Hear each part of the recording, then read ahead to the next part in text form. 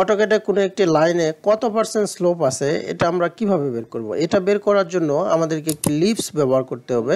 এই লিভস প্রথমে লোড করতে হবে। এই লিভসকে লোড করার পরে তারপরে আমরা স্লোপের যদি কমান্ড দেই তাহলে আমরা যে কোনো লাইনে কত পার্সেন্ট স্লোপ আছে সেটা আমরা বের করতে পারবো। তো প্রথমে আমাদের কাজ হবে লিভসকে লোড করার। তো এই লিভসকে লোড করার জন্য প্রথমে কিবোর্ডে শর্টকাট কি এপি এন্টার, তারপরে এরকম একটি লোড আনলোড অ্যাপ্লিকেশন ইন্টারফেস আসবে। সেখানে স্লোপ এন্ড সুপার এলিভেশন নামে একটা লিভস আছে, সেই লিভসকে আমরা লোড করব। লোড করার পরে ক্লোজ করব। তারপরে আমরা যেটা করব সেটা হচ্ছে যে আমরা স্লোপ নামে একটি কমান্ড আছে, স্লোপ দিলাম। দেওয়ার পরে আমরা যে লাইনের স্লোপ বের করব সেই লাইনের দুইটি প্রান্তকে ক্লিক করব। করার পরে যেখানে আমরা স্লোপ পার্সেন্টেজটি রাখবো সেখানে ক্লিক করব। দেখেন এই লাইনের স্লোপ 2.14% সেটা আমরা কিন্তু লিভসের মাধ্যমে খুব সহজেই বের করতে পারলাম। এভাবে আমরা আমাদের অটোক্যাডের বিভিন্ন ধরনের কাজকে লিভসের মাধ্যমে সহজ করতে পারি। ধন্যবাদ।